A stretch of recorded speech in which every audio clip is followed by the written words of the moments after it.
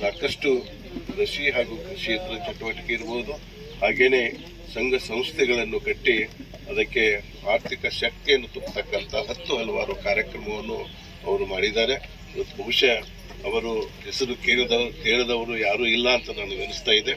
ಇಷ್ಟೊಂದು ಆ ಒಂದು ಪೂಜ್ಯ ವೀರೇಂದ್ರ ಹೆಗಡೆರವರ ಒಂದು ನೇತೃತ್ವದಲ್ಲಿ ಇವತ್ತು ಈ ನಮ್ಮ ಅದು ಹೆಚ್ಚಾಗಿ ನಮ್ಮ ಉತ್ತರ ಕರ್ನಾಟಕದಲ್ಲಿ ಇವತ್ತು ಏನು ಇಂಥ ಕೆರೆಗಳು ನೀರಿಲ್ಲದೆ ಬತ್ತಿ ಹೋಗಿ ಇವತ್ತು ದನಕರುಗಳಿಗೆ ಜನರಿಗೆ ತೊಂದರೆ ಆಗಿದೆ ಅನ್ನುವ ಒಂದು ಅರ್ಥವನ್ನು ಮಾಡಿಕೊಂಡು ಇವತ್ತು ಇದು ಅಭಿವೃದ್ಧಿ ಆಗಬೇಕು, ಇದರಿಂದ ಇವತ್ತು ಜನರಿಗೆ ಅನುಕೂಲ ಆಗಬೇಕು ಅನ್ನುವ ಇಚ್ಛೆಯಿಂದ ಇವತ್ತು ಸಾಕಷ್ಟು ನಮ್ಮ ಬಾಗಲಕೋಟೆ ಜಿಲ್ಲೆಯಲ್ಲಿ ಅದು ಬಾಗಲಕೋಟೆ ತಾಲೂಕಿನಲ್ಲಿ ಇವತ್ತು ಸಾಕಷ್ಟು ಕೆಲಸ ಕಾರ್ಯಗಳನ್ನು ಮಾಡಿ ಇವತ್ತು ನೀರಿನಲ್ಲಿ ಇವತ್ತು ಈ ಒಂದು ಕಾರ್ಯವನ್ನು ಪ್ರಾರಂಭ ಮಾಡಿದ್ದಾರೆ.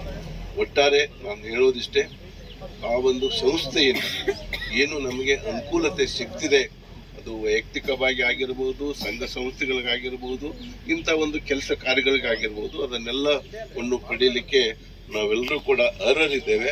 ಆದರೆ ನಾವು ಕಷ್ಟಪಟ್ಟು ಅವ್ರಿಗೆ ಭೇಟಿಯಾಗಿ ಇವತ್ತು ನಮ್ಮ ಸಮಸ್ಯೆಯನ್ನು ಅವರಿಗೆ ಹೇಳಿದಾಗ ಮಾತ್ರ ಅವರು ಮುಂದೆ ತಮ್ಮ ಕಾರ್ಯಚಟುವಟಿಕೆಯನ್ನು ಪ್ರಾರಂಭಿಸಲಿಕ್ಕೆ ಶಕ್ಯ ಆಗ್ತದೆ ಅಂತ ಒಂದು ಇವತ್ತು ವ್ಯವಸ್ಥೆಯಿಂದ ನಾವು ಬಹಳಷ್ಟು ಅನುಕೂಲತೆಯನ್ನು ಪಡೆದುಕೊಳ್ಬೇಕಾಗ್ತದೆ.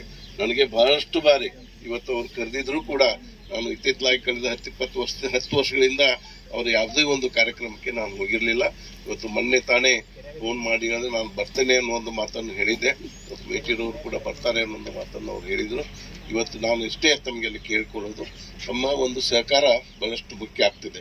ಇದು ನಿಮ್ಮ ಊರಿನ ಕೆರೆ, ಇದರ ಅಭಿವೃದ್ಧಿ. ಯಾಕಂದ್ರೆ ನಾವು ಮೊದಲು ಚಿಕ್ಕವರಿದ್ದಾಗ ಈ ಗುಡ್ಡದಿಂದ ನೀರು ಬರ್ತಾ ಇತ್ತು, ಇಲ್ಲಿ ಸಂಗ್ರಹ ಆಗ್ತಿತ್ತು. ಇತ್ತಿತ್ತಲಾಗಿ ಮಳೆ ಕಡಿಮೆಯಾಗಿ ಹೀಗಾಗಿ ನೀರು ವ್ಯವಸ್ಥೆ ಇರೋದಿಲ್ಲ. ಯಾಕಂದ್ರೆ ಪ್ರಮುಖವಾಗಿ ನಾವು ಜೀವಿಸಲಿಕ್ಕೆ ನೀರು ಬಹಳಷ್ಟು ಮಹತ್ವ ಆಗ್ತಿದೆ.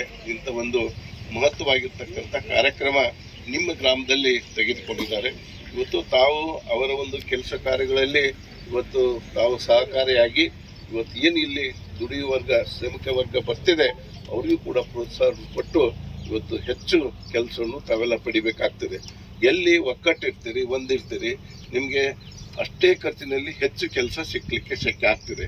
ಒಂದ್ ವೇಳೆ ಒಕ್ಕಟ್ಟು ಇರದೇ ಇದ್ರೆ ನಿಮಗೆ ದುಡ್ಡು ಖರ್ಚಾಗ್ತದೆ, ಅಷ್ಟೊಂದು ಕೆಲಸ ಆಗೋದಿಲ್ಲ. ಆ ಒಂದು ದೃಷ್ಟಿಯಿಂದ ನಾನೆಲ್ಲ ಅವ್ರು ಹೇಳ್ತೇನೆ. ಇಲ್ಲಿ ಏನು ಕೆರೆಯ ಈ ಒಂದು ಚಟುವಟಿಕೆಯ ಅಧ್ಯಕ್ಷರು ಇದ್ದಾರೆ, ಅವರೆಲ್ಲ ಹಿರಿಯರ ಒಂದು ಮಾರ್ಗದರ್ಶನದಲ್ಲಿ ಇವತ್ತೆಲ್ಲ ನಗನಗೌಡರು ಅವರೆಲ್ಲ ಇಲ್ಲಿ ಎಲ್ಲ ಹಿರಿಯರಿದ್ದಾರೆ. ಅವರೆಲ್ಲರ ಒಂದು ಮಾರ್ಗದರ್ಶನದಲ್ಲಿ ನೀವು ಕೆಲಸ ಮಾಡಿದರೆ ಇನ್ನೂ ಹೆಚ್ಚು ಕೆಲಸ ಮಾಡಲಿಕ್ಕೆ ಶಕ್ಯ ಆಗ್ತದೆ ಅನ್ನೋ ಒಂದು ಮಾತನ್ನು ಹೇಳ್ತಾ ನಾನು ಹೆಚ್ಚು ಮಾತಾಡೋದಿಲ್ಲ. ನಾನು ಪ್ರತಿನಿತ್ಯ ಇಲ್ಲೇ ಓಡಾಡ್ತಿದ್ದೇನೆ. ಇವತ್ತು ಈ ಒಂದು ರಸ್ತೆ ಅಷ್ಟು ಸರಿ ಇಲ್ಲದ್ರಿಂದ ನಾವು ಈ ಸೋಡಿಕೆರೆ ಕಡೆ ಬಂದು ಮತ್ತೆ ಹೀಗೆ ಬರ್ಬೇಕಾಗ್ತದೆ. ಹೀಗಾಗಿ ಇಲ್ಲಿ ಹೆಚ್ಚು ಅಡ್ಡಾಟ ಕಡಿಮೆ ಆಗಿದೆ. ಆದರೂ ಕೂಡ ಈ ಕೆಲಸ ನೋಡಿದಾಗ 1 ಬಾರಿ 2 ಬಾರಿ ನಾನು ಕೂಡ ಬರ್ತೇನೆ, ಮೇಟಿರೋರು ಕೂಡ ಬರ್ತಾರೆ. ಯಾಕಂತ ಹೇಳಿದ್ರೆ ನಿಮಗೆ ಪ್ರೋತ್ಸಾಹ ಸಿಗಬೇಕು, ಅದ್ರ ಜೊತೆಗೆ ನಿಮ್ಮ ಸಹಕಾರ ಆ ಒಂದು ಸಂಸ್ಥೆಯವರಿಗೆ ಸಿಗಬೇಕಾಗ್ತದೆ. ಯಾವ ಊರಿನಲ್ಲಿ ಅವರಿಗೆ ಪ್ರೋತ್ಸಾಹ ಕೊಟ್ಟು ಸಹಕಾರ ಕೊಡ್ತೀರಿ, ಅಲ್ಲಿ ಹೆಚ್ಚು ಕೆಲಸವನ್ನು ಅವ್ರಿಗೆ ಮಾಡಲಿಕ್ಕೆ ಶಕ್ಯ ಆಗ್ತದೆ. ಅಂತ ಒಂದು ಕೆಲಸ ಇಲ್ಲಿ ಆಗಬೇಕು.